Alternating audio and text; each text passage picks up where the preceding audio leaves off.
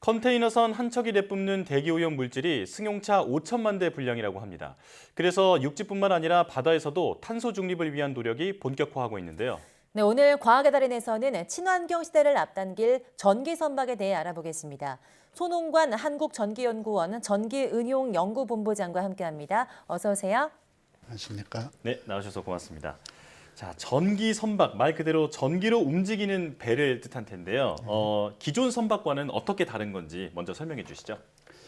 기존 선박은 디젤 엔진으로 프로펠러를 돌려서 움직이지만 전기 선박은 전기 모터로 프로펠러를 돌려서 구동하는 방식이고 네.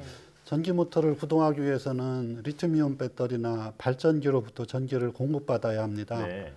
전기로 추진하면 소음과 진동이 디젤 엔진보다 훨씬 적어 조용한 운항이 가능하고 전기를 공급하는 케이블을 연결만 하면 되기 때문에 전기 모터와 프로펠러 세트의 설치 위치에 대한 설계 유연성이 매우 좋아지고 또한 전기 모터는 회전 속도 조정이 매우 쉽기 때문에 기존 디젤 엔진 선박보다 속도 조정 능력이 매우 우수하다는 장점이 있습니다. 네, 앞서 저희도 잠깐 이야기했지만 컨테이너선 한 척이 내뿜는 대기오염 물질이 승용차 50만 대 분량이라고 하거든요. 그만큼 이 항만에서 환경오염 물질이 굉장히 많이 배출되는데요. 탄소 중립을 위해서 전기 선박과 같은 친환경 선박을 늘리는 게 필수적이겠죠. 네, 잘 아시다시피 요즘 기후 위기에 따른 전 세계적 탄소 중립 열풍이 불면서 예. 화석 연료를 사용하는 선박에 대한 규제가 강해지고 있습니다. 네. 유럽 연합에 따르면 전 세계에서 배출되는 질소 산화물 중 선박에서만 약 30% 이상이 배출되고 미세먼지는 약 50%에 달한다고 보고 있습니다. 네. 한국해양수산개발원의 연구에 의하면 컨테이너 선박 한 척은 디젤 승용차 5천만 대분의 황산화물과 트럭 50만 대분의 초미세먼지를 배출한다고 합니다. 네.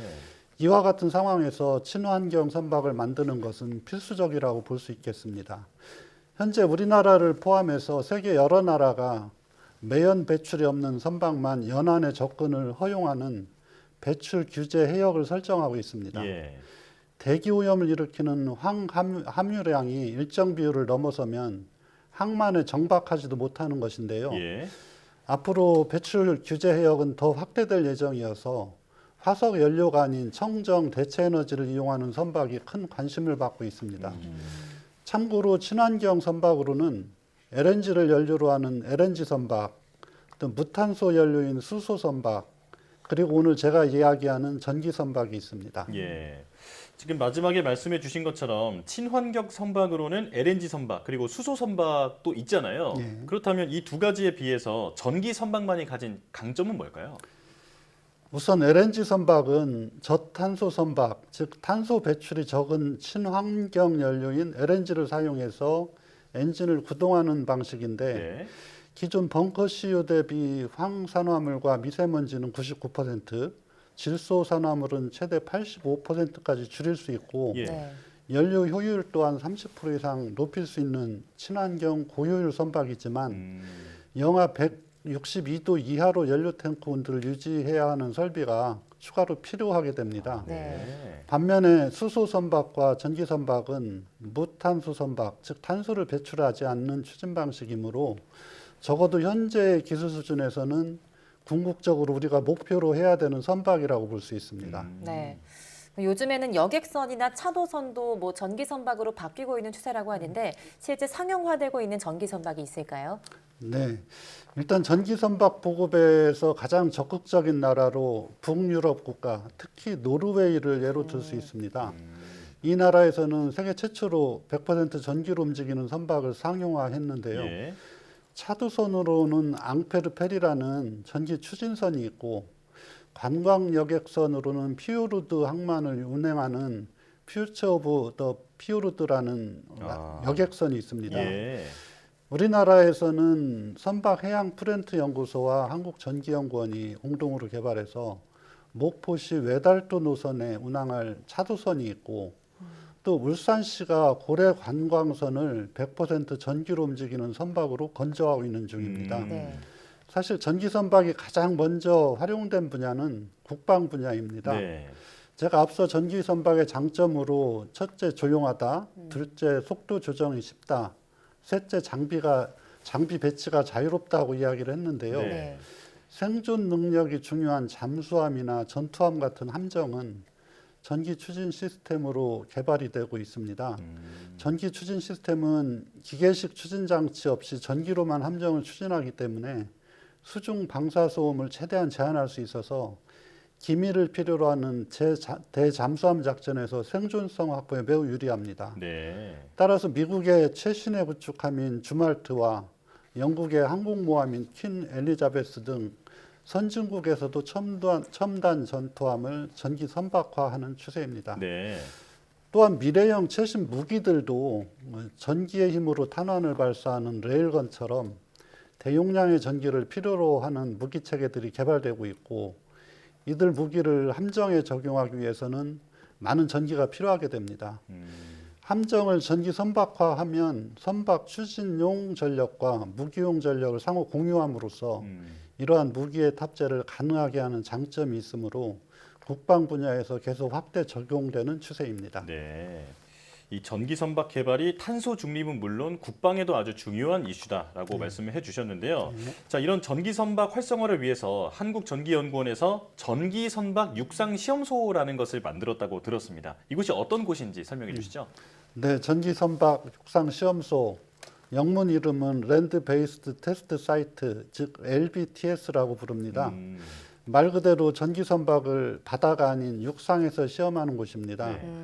저희가 전기 선박의 미래를 내다보고 경상남도와 창원시의 도움을 받아 2015년 구축한 설비로 총 사업비만 405억 원이 투입됐습니다. 예. 전기 선박 육상 시험소는 전기 추진 시스템을 육상에서 바다에서처럼 시험할 수 있는 설비인데요. 예. 국내 최초로 독자 설계하고 건조한 3,000톤급 잠수함인 도산 안창호함의 추진 시스템에 대해 처음으로 육상에서 성능 검증 시험을 수행하였습니다. 이 시험을 통해 약 146건의 개선 보완 사항을 발견하여 설계에 반영함으로써 건조 기간을 약 368일 단축했고 관련 비용 절감 약 4,700억 원에 해당하는 성과를 얻을 수 있었습니다. 예. 전기 선박에서 가장 중요한 장치는 프로펠러를 돌려주는 전기 모터인데, 선박의 가장 아랫부분에 배치되기 때문에 선박 건조를 완료한 이후에 중대한 문제가 발생하면 이 교체가 어려운 문제가 있습니다. 따라서 선박을 건조하기 전에 전기 모터를 포함한 추진 시스템의 성능에 대해 충분히 검증할 필요가 있습니다. 그렇군요. 네.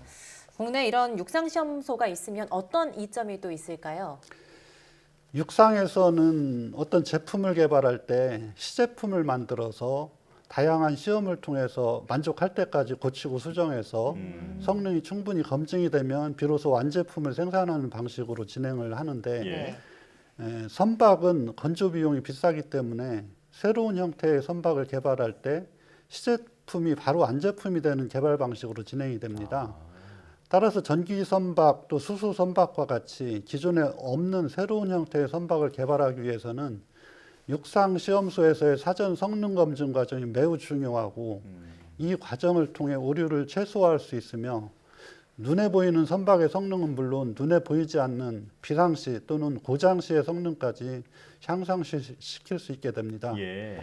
특히 잠수함 같은 경우는 바다 밑으로 들어가서 성능이 검증되지 않은 시제 잠수함을 목숨 걸고 검증할 수는 없기 때문에 육상에서 철저한 검증을 거친 후 건조함으로써 비상시 또는 고장시 상황에 대한 성능 검증은 물론 오류 최소화를 통한 건조 기간 단축과 건조 비용 절감을 할 수 있는 장점이 있다고 생각합니다. 네.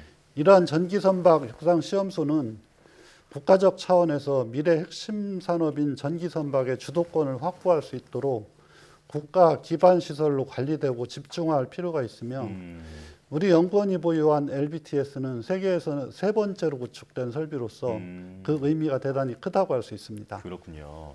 더 완벽한 이 검증이 가능한 시설이다, 이렇게 정리할 수 있겠는데요. 자, 그런데 전기차도 그랬지만 사실 선박도 이제 전기로 움직이려면 배터리 문제가 가장 클 것 같습니다. 이 전기 선박의 단점이나 어떤 현재로서의 한계점 같은 건 뭐가 있을까요? 네, 지금은 많이 일반화되어 가고 있지만 초기 전기차 보급의 가장 걸림돌이 짧은 주행거리와 비싼 가격이었는데요. 네. 짧은 주행거리는 충전 인프라 보급으로 해결하고 또 비싼 가격은 정부의 보조금 지급을 통해 대중화시킬 수 있었습니다. 전기 선박은 전기차보다 훨씬 더 많은 배터리가 필요하므로 예. 건조 비용이 훨씬 비쌀 수밖에 없고 네. 짧은 운항 거리를 극복하기 위한 충전 인프라 설치도 한계가 있는데요. 짧은 운항 거리 극복을 위한 배터리 개발 및 충전 기술 개발 연구는 물론 선박 전기와 핵심 부품의 국산화, 표준화를 통한 가격 경쟁력 확보와 정부의 보조금 지원 정책 등이 필요한 시점이라고 생각됩니다. 네. 자, 오늘은 친환경 선박 개발에 대해서 알아봤는데요. 아마 배가 이렇게 탄소를 많이 배출하는지 모르고 있었던 분들이 네. 많이 계셨을 것 같습니다. 자, 탄소 중립의 핵심적인 분야인 만큼 우리나라가 친환경 선박 강국으로 도약하는데 앞으로도 힘써 주시기를 부탁드리겠습니다. 자, 과학의 달인 한국전기연구원 전기응용연구본부 손홍관 본부장과 함께했습니다. 고맙습니다. 감사합니다.